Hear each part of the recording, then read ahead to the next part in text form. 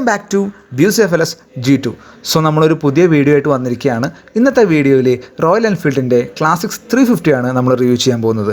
ലോക്ക്ഡൗണൊക്കെയാണ്, ആർക്കും പുറത്തിറങ്ങാനൊന്നും പറ്റില്ല എന്നറിയാം. അതുകൊണ്ട് തന്നെ നമുക്കും പുതിയ ബൈക്കുകളൊന്നും പുറത്ത് പോയിട്ട് റിവ്യൂ ചെയ്യാനുള്ള സാഹചര്യമില്ല.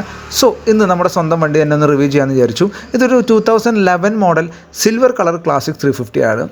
സോ ഈ ഒരു വീഡിയോ ആർക്കൊക്കെ ഉപകാരപ്പെടുമെന്ന് നോക്കാം. പുതിയതായിട്ട് റോയൽ എൻഫീൽഡിൻ്റെ ക്ലാസിക്സ് 350 എടുക്കാൻ പോകുന്ന ആൾക്കാർക്കും, അതുപോലെ ഇപ്പോൾ കറൻ്റ്ലി യൂസ് ചെയ്തുകൊണ്ടിരിക്കുന്ന ആൾക്കാർക്കും, മാത്രമല്ല ബുള്ളറ്റിനെ ഇഷ്ടപ്പെടുന്ന എല്ലാവർക്കും ഈ ഒരു വീഡിയോ ഉപകാരപ്പെടും. സോ ഈ വണ്ടി കുറച്ച് കാലമായിട്ട് നമ്മൾ യൂസ് ചെയ്തുകൊണ്ടിരിക്കുന്ന ബൈക്കാണ്. ആദ്യമൊക്കെ എൻ്റെ ഫാദറാണ് ഉപയോഗിച്ചിരുന്നത്, പിന്നീട് കുറേ കാലമായിട്ട് ഞാൻ തന്നെയാണ് ഉപയോഗിച്ചുകൊണ്ടിരിക്കുന്നത്. സോ ഇതിൻ്റെ ഒരു എക്സ്പീരിയൻസ് പറഞ്ഞു കഴിഞ്ഞാൽ നല്ലൊരു എക്സ്പീരിയൻസ് ആണ് എനിക്കൊരു ബൈക്കായിട്ട് ഉണ്ടായിട്ടുള്ളത്. ഏകദേശം ഒരു 60,000 കിലോമീറ്റർ ഞാൻ ഈ ഒരു ബൈക്കിൽ റൺ ചെയ്തിട്ടുണ്ട്. മാത്രമല്ല അത്രയും ദൂരം തന്നെ വളരെ കംഫർട്ടബിളായിട്ടാണ് ഞാൻ എൻ്റെ യാത്രകളൊക്കെ ചെയ്യാറ്. കുറേ ലോങ് ടൂറുകളൊക്കെ ചെയ്തിട്ടുണ്ട്. അപ്പോഴൊക്കെ ഈ ഒരു വണ്ടി നല്ലൊരു ഫീലാണ്, അല്ലെങ്കിൽ ഒരു നല്ലൊരു കംഫർട്ടാണ് എനിക്ക് തന്നിട്ടുള്ളത്. സോ ഇതിൻ്റെ എക്സ്പീരിയൻസ് പറയുന്നത് വളരെ നല്ലതാണ്. പക്ഷേ നമുക്ക് പൊതുവേ ഉള്ള 350 അല്ലെങ്കിൽ 390 ബൈക്കുകളിലെ അത്രയും കപ്പാസിറ്റി, അതായത് പെർഫോമൻസ് ലെവലിലൊന്നും ഇല്ല. കാരണം അത്രയും ടോപ്പ് എൻഡുകളോ അല്ലെങ്കിൽ അത്രയും ആക്സലറേഷനൊന്നും ഈ ഒരു ബൈക്കിന് നമുക്ക് അവകാശപ്പെടാനില്ല. പക്ഷേ ഇതിൽ യാത്ര ചെയ്യുമ്പോഴുള്ള ഒരു പ്രത്യേക ഫീല്, അത് നല്ലൊരു ഫീൽ തന്നെയാണ്. സോ അതിൻ്റെ ഒരു കാരണം എന്ന് പറയുന്നത് ഈ ഒരു ബൈക്കിൻ്റെ ഇനേർഷ്യയാണ്. ഈ ഒരു ബൈക്ക് അത്യാവശ്യം വെയിറ്റ് ഉള്ളതുകൊണ്ട് തന്നെ ഏകദേശം ഒരു 190 കിലോൻ്റെ അടുത്താണ് ഈ ഒരു ബൈക്കിന് വെയിറ്റ് ഉള്ളത്. അതുകൊണ്ട് തന്നെ ഈ ബൈക്കിന് മൊത്തത്തിലൊരു ഹെവി ഫീലാണ്. നമ്മൾ ആക്സലറേറ്റ് ചെയ്യുമ്പോഴൊക്കെ ഗ്രാജുവലായിട്ടാണ് ഇതിൻ്റെ ഒരു സ്പീഡ് കയറുക. ആ ഒരു ഗ്രാജുവൽ ആക്സലറേഷനും ഡീസലറേഷനും കൊണ്ട് തന്നെ നമുക്ക് ഒരു കംഫർട്ടാണ് ഈ ഒരു ബൈക്ക് തരുന്നത്. അപ്പോൾ അതിന് നമുക്കൊരു ടെക്നിക്കൽ ടൈമിൽ പറയുകയാണെങ്കിൽ ഈ ഒരു ബൈക്ക് റൈഡ് ചെയ്യുമ്പോൾ നല്ലൊരു ഇനേർഷ്യ നമുക്ക് ഫീൽ ചെയ്യും. ഇപ്പോൾ പെട്ടെന്ന് ഗിയർ ഡൗൺ ചെയ്യുമ്പോഴും അല്ലെങ്കിൽ പെട്ടെന്ന് ഗിയർ അപ്പ് ചെയ്യുമ്പോഴൊക്കെ നമുക്ക് ആ ഒരു സ്പീഡ് ചേഞ്ച് വളരെ സഡനായിട്ട് തോന്നില്ല. വളരെ ഗ്രാജുവലായിട്ടാണ് അതിൻ്റെ ഒരു സ്പീഡ് കൂട്ടുന്നതും കുറയണതും. സോ അത് തന്നെയാണ് ഈ ഒരു ബൈക്കിൻ്റെ പ്രത്യേകതയായിട്ട് എനിക്ക് തോന്നിയിട്ടുള്ളത്. ഇനി നമുക്ക് ഈ ബൈക്കിൻ്റെ മെയിൻ്റനൻസ് കാര്യങ്ങളൊന്നും നോക്കാം. സാധാരണയായിട്ട് ഈ ഒരു ബൈക്കിൽ വരുന്ന കോമൺ ആയിട്ട് വരുന്ന പ്രശ്നങ്ങൾ തന്നെയാണ്.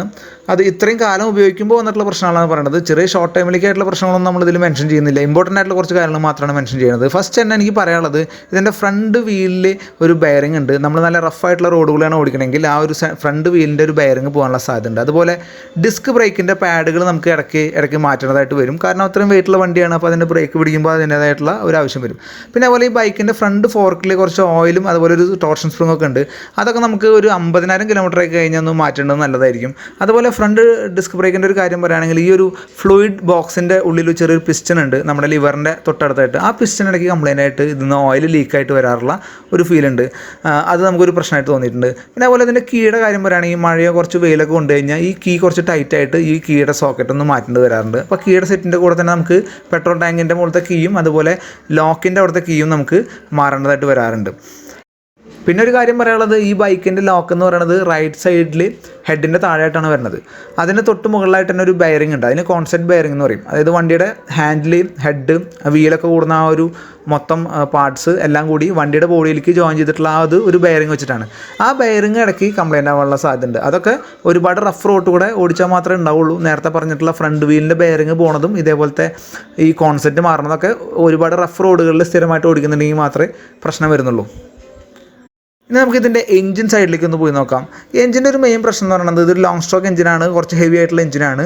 പക്ഷേ ഇതിൻ്റെ നോയ്സ് ഭയങ്കര അനോയിങ് ആണ്. കാരണം അധികം ഓടാതെ തന്നെ ഇതിനുള്ളതൊരു ടാപ്പറ്റടി സൗണ്ട് വരും.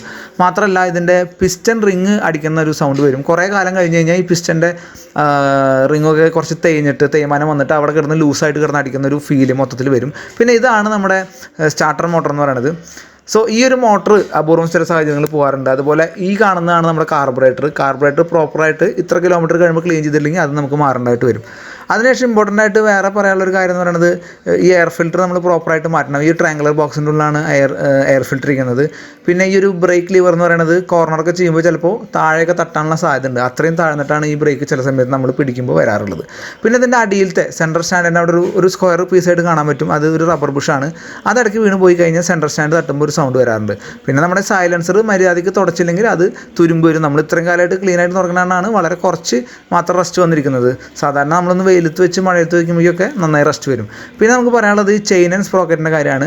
സ്പ്രോക്കറ്റിനെ സംബന്ധിച്ച് നോക്കുമ്പോൾ ചെയിനിൽ എന്തെങ്കിലും തരത്തിൽ ക്ലീൻ ചെയ്യേണ്ട ബെൻഡ് വരികയാണെങ്കിൽ ഈ സ്പ്രോക്കറ്റിൻ്റെ ടീത്തുകൾ പൊട്ടിപ്പോകാനുള്ള സാധ്യതയുണ്ട്. അങ്ങനെ എല്ലാ ടീത്തുകളും പൊട്ടിപ്പോയിട്ട് അവിടെ ഭയങ്കര റഫായിട്ട് വരാനുള്ളൊരു സാധ്യതയുണ്ട്. അങ്ങനെയാണെങ്കിൽ നമുക്ക് വണ്ടി റൺ ചെയ്യാൻ പറ്റില്ല.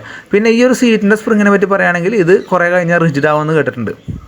അപ്പോൾ ഇത്രയൊക്കെ തന്നെയാണ് ഈ ഒരു വണ്ടീനെ പറ്റിയിട്ട് പറയാനുള്ളത്. വണ്ടിയുടെ ഈ സൈഡ് നോക്കിക്കഴിഞ്ഞാൽ നമുക്ക് വീണ്ടും ഒരു ട്രയാങ്കിൾ ബോക്സ് ഉണ്ട്. അതിനുള്ളിൽ വെള്ളം കയറാനുള്ള സാധ്യത ഉണ്ട്. സോ ഇടയ്ക്കിടയ്ക്ക് നമ്മളൊന്ന് ക്ലീൻ ചെയ്യണം, അല്ലെങ്കിൽ ഒന്ന് ലീക്ക് പ്രൂഫ് ആക്കണ മാതിരി എന്തെങ്കിലുമൊക്കെ ചെയ്യേണ്ടി വരും.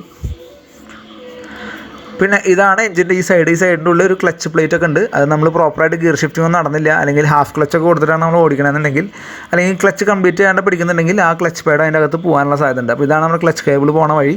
പിന്നെ ഇത് ആ സെൽഫ് മോട്ടറിൻ്റെ ബാക്കിലുള്ള സൈഡാണ്. പിന്നെ ഈ ഹോൺ എന്ന് പറയുന്നത് നല്ല ഹോണാണ്, നല്ല അത്യാവശ്യം സൗണ്ടൊക്കെ ഉള്ളൊരു ടൈപ്പ് ഹോണാണ്. പക്ഷേ ഈ ഹോണിൻ്റെ പ്രത്യേകത എന്ന് പറഞ്ഞു കഴിഞ്ഞാൽ ഇത് ബാറ്ററി നന്നായിട്ട് യൂസ് ചെയ്യും. സോ ഈ ഹോണ് വയ്ക്കുന്നത് ബാറ്ററിക്ക് അത്ര ഹെൽത്തി ആയിട്ട് നമുക്ക് പറയാനായിട്ട് സാധിക്കില്ല. പിന്നെ ഇതിൻ്റെ ഉള്ളിൽ മുകളിലായിട്ടൊരു ECU യൂണിറ്റൊക്കെ കാണാൻ പറ്റും. നമ്മുടെ സ്പീഡ് ഒരു 50 km/h മേലെയൊക്കെ പോയി കഴിഞ്ഞാൽ ആ ഒരു ECU, അത് ഇലക്ട്രോണിക് കൺട്രോൾ യൂണിറ്റ് വർക്ക് ചെയ്യുന്നതെന്നാണ് കേട്ടിട്ടുള്ളത്. സോ ഇത്രയൊക്കെയാണ് ഈ ഒരു ബൈക്കിന് പറയാനുള്ള കാര്യപ്പെട്ട മെയിൻ്റനൻസ് പറയുന്നത്. ഇപ്പോൾ ഈ പറഞ്ഞ കാര്യങ്ങളൊക്കെ കാര്യമായിട്ട് നോക്കി കഴിഞ്ഞാൽ പിന്നെ ബൈക്കിന് വേറെ പ്രത്യേകിച്ച് മെയിൻ്റനൻസ് ഒന്നുമില്ല. പിന്നെ നമ്മൾ പറഞ്ഞ മാതിരി ഓടിക്കുന്നത് വളരെ സോഫ്റ്റായിട്ട് ഓടിക്കണം. ആക്സലറേഷൻ വളരെ ഗ്രാജുവലായിട്ട് ചെയ്യണം. പെട്ടെന്ന് ആക്സലറേറ്റ് ചെയ്ത് പോകാൻ പറ്റില്ല. വണ്ടി കിട്ടുന്ന സമയത്തൊക്കെ ഈ പറഞ്ഞ മാതിരി നമുക്കൊരു എക്സൈറ്റ്മെൻറ്റോട് നല്ല സ്പീഡിലൊക്കെ ഓടിക്കാനുള്ള സാധ്യത ഉണ്ട്. പക്ഷേ അതൊക്കെ നമ്മുടെ വണ്ടീന് തന്നെയാണ് കംപ്ലയിൻറ്റ് വരുത്തുക. അപ്പോൾ അങ്ങനെയുള്ള ഒരു നിങ്ങൾക്ക് കുറച്ച് ഫാസ്റ്റായിട്ട് ഓടിക്കേണ്ട ആൾക്കാരാണെങ്കിൽ, അങ്ങനെ താല്പര്യമുള്ള ആളാണെങ്കിൽ അത് ബുദ്ധിമുട്ടായിരിക്കും. പിന്നെ ഈ ഒരു പാർട്ടൊക്കെ നന്നായി ക്ലീൻ ചെയ്ത് വെക്കേണ്ട ഒരു പാർട്ടാണ്. കാരണം കൂടുതലും മെറ്റൽ പാർട്സാണ് കൂടുതൽ എക്സ്പോസ് ചെയ്ത് നിൽക്കുന്നത്. അപ്പോൾ അതൊക്കെ ക്ലീൻ ചെയ്തില്ലെങ്കിൽ പെട്ടെന്ന് തന്നെ അതിലേക്കൊക്കെ തുരുമ്പ് കയറാനുള്ള സാധ്യത ഉണ്ട്. പിന്നെ ഒരു ചെറിയൊരു കംപ്ലയിൻ്റ് കൂടി പറയാനുള്ളതെന്ന് പറഞ്ഞു കഴിഞ്ഞാൽ ഈ എഞ്ചിൻ്റെ ഈ മോൾ ഭാഗത്തുനിന്നും അതുപോലെ താഴ് ഭാഗത്തൊക്കെ ചെറിയൊരു ഓയിൽ ലീക്ക് സാധാരണയായിട്ട് വണ്ടിക്ക് കാണാറുള്ളത്. അതൊരു കോമൺ ആയിട്ടുള്ളൊരു സംഭവമാണ്, വലിയ പ്രശ്നമൊന്നുമില്ല. അത്ര ഹെവി ആയിട്ടുള്ളൊരു ഫ്ലോ ഒന്നും ഉണ്ടാവില്ല. അങ്ങനെ എന്തെങ്കിലും ഉണ്ടെങ്കിൽ നിങ്ങൾ അപ്പോൾ തന്നെ അത് കംപ്ലയിൻറ്റ് കണ്ടുപിടിക്കണം, അല്ലെങ്കിൽ വലിയ കുഴപ്പമൊന്നുമില്ല. അത് ഈ പാഡിംഗ് ഒക്കെ മാറ്റി കഴിഞ്ഞാൽ, ഓയിൽ പാഡിംഗ് ഒക്കെ മാറ്റി കഴിഞ്ഞാൽ ശരിയാവും.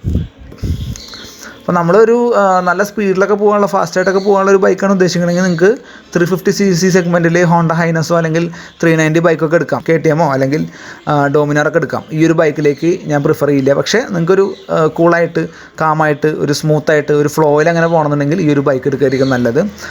ഈ ഒരു ഷോർട്ട് വീഡിയോ നിങ്ങൾക്ക് എല്ലാവർക്കും വണ്ടീനെ പറ്റിയൊരു ചെറിയൊരു ഐഡിയ കിട്ടിയെന്ന് വിചാരിക്കുന്നു. എന്തൊക്കെ മെയിൻ്റനൻസ് ആണ് സാധാരണ ചെയ്യേണ്ടത്. അപ്പോൾ ഈ ഒരു കാര്യങ്ങളൊക്കെ നോക്കി പോയി കഴിഞ്ഞാൽ നമ്മുടെ വണ്ടിക്ക് ഒരു കുഴപ്പവും ഉണ്ടാവില്ല. എത്ര കാലം വേണമെങ്കിലും നല്ല സുഖമായിട്ട് ഓടിക്കാം. കാരണം നമുക്കത് എക്സ്പീരിയൻസ് ഉള്ളതാണ്. പലരും ബുള്ളറ്റിനെ പറ്റി പല കംപ്ലയിൻസ് ഒക്കെ പറയുന്നുണ്ട്. എഞ്ചിൻ വളരെ പണി തരുന്നൊരു എഞ്ചിനാണ്, അങ്ങനെയാണ് ഇങ്ങനെയാണെന്നൊക്കെ പറയുന്നുണ്ട്. എഞ്ചിൻ ഏത് വണ്ടിയുടെ ആണെങ്കിലും നമ്മൾ നന്നായി ഓടിച്ചില്ലെങ്കിൽ നമുക്ക് പ്രശ്നം തന്നെയാണ്. പക്ഷേ പ്രത്യേകിച്ച് ബുള്ളറ്റിനെ സംബന്ധിച്ച് നല്ല ഹെവി ആയിട്ടുള്ളൊരു വണ്ടിയാണ്, ഹെവി ആയിട്ടുള്ളൊരു എഞ്ചിനാണ്. അപ്പോൾ അതിന് നമ്മൾ നോക്കിയും കണ്ടൊക്കെ ചെയ്തില്ലെങ്കിൽ അത് നല്ല പണി വരുന്നുള്ളത് സത്യം തന്നെയാണ്. പിന്നെ അതുപോലെ അതിൻ്റെ ടയറിൻ്റെ കേസ് എന്ന് പറഞ്ഞു കഴിഞ്ഞാൽ കമ്പനി സ്റ്റോക്ക് ടയർ എന്ന് പറഞ്ഞു കഴിഞ്ഞാൽ പെട്ടെന്ന് തേഞ്ഞ് പോകും. പക്ഷേ ഭയങ്കര ഗ്രിപ്പായിരിക്കും. നമ്മൾ പുതിയ ടയർ വേറെ കമ്പനിയുടെ മേടിച്ചിട്ട് കാരണം അത്യാവശ്യം നല്ല രീതിയിൽ നല്ല കിലോമീറ്റർ അതിന് ബാക്കപ്പായിട്ട് കിട്ടുന്നുണ്ട്. അപ്പോൾ അതൊരു പ്രശ്നമായിട്ട് തോന്നിയിട്ടില്ല. പിന്നെ തമ്പനയിൽ കണ്ടതുപോലെ തന്നെ ഈ ഒരു വണ്ടീനെ നമുക്ക് ആന എന്ന് വിളിക്കണതിൽ യാതൊരു തെറ്റുമില്ല. ഇതിൽ നമ്മൾ പോകുമ്പോൾ ഉള്ള രാജകീയ ലുക്കും ഈ വണ്ടിയുടെ ഒരു ഹെവിനെസ്സൊക്കെ കണ്ടിട്ട് ഈ ഒരു വണ്ടീനെ ആന എന്ന് വിളിക്കുന്നതിന് തെറ്റൊന്നുമില്ല. പല പ്രമുഖ കമ്പനിക്കാരും ഈ ഒരു വണ്ടീനെ കളിയാക്കിക്കൊണ്ട് ആന എന്നൊക്കെ വിളിച്ചിട്ടുള്ള പരസ്യങ്ങളൊക്കെ ഇറക്കിയിരുന്നു. അവർ പറയുന്ന അവരുടെ ബൈക്കിനും അതിൻ്റേതായ പ്രത്യേകതകളുണ്ട്, നമ്മുടെ ഈ ഒരു ബൈക്കിനും അതിൻ്റേതായ പ്രത്യേകതകളുണ്ട്. ഒരു ബൈക്കിനും ഒന്നും പറഞ്ഞ് നമുക്ക് കുറ്റം പറയാൻ പറ്റില്ല. അതിൻ്റേതായ ഗുണങ്ങൾ എല്ലാ ബൈക്കിനും ഉണ്ടെന്ന് വിശ്വസിക്കുന്ന ഒരാളാണ് ഞാൻ. സോ ഈ ഒരു വീഡിയോ ഇഷ്ടപ്പെട്ടു എന്ന് വിചാരിക്കുന്നു. നല്ല രീതിയിൽ കൊണ്ടു നടക്കുകയാണെങ്കിൽ ഏറ്റവും സൂപ്പറായിട്ട് ഉപയോഗിക്കാൻ പറ്റുന്ന ഒരു ബൈക്ക് തന്നെയാണ് നമ്മുടെ റോയൽ എൻഫീൽഡ് ക്ലാസിക്സ് 350 എന്ന് പറയുന്നത്. അത്യാവശ്യം സ്പീഡ് റേഞ്ചും ഉണ്ട്, അത്യാവശ്യം ഒരു നല്ലൊരു മാർക്കറ്റുള്ള വണ്ടിയാണ്. അപ്പോൾ അത്രയൊക്കെ തന്നെയാണ് ഈ ഒരു വീഡിയോയിൽ പറയാനുള്ളൂ. അപ്പോൾ അടുത്ത വീഡിയോ ആയിട്ട് വീണ്ടും കാണാം. അതുവരെയ്ക്കും ബൈ.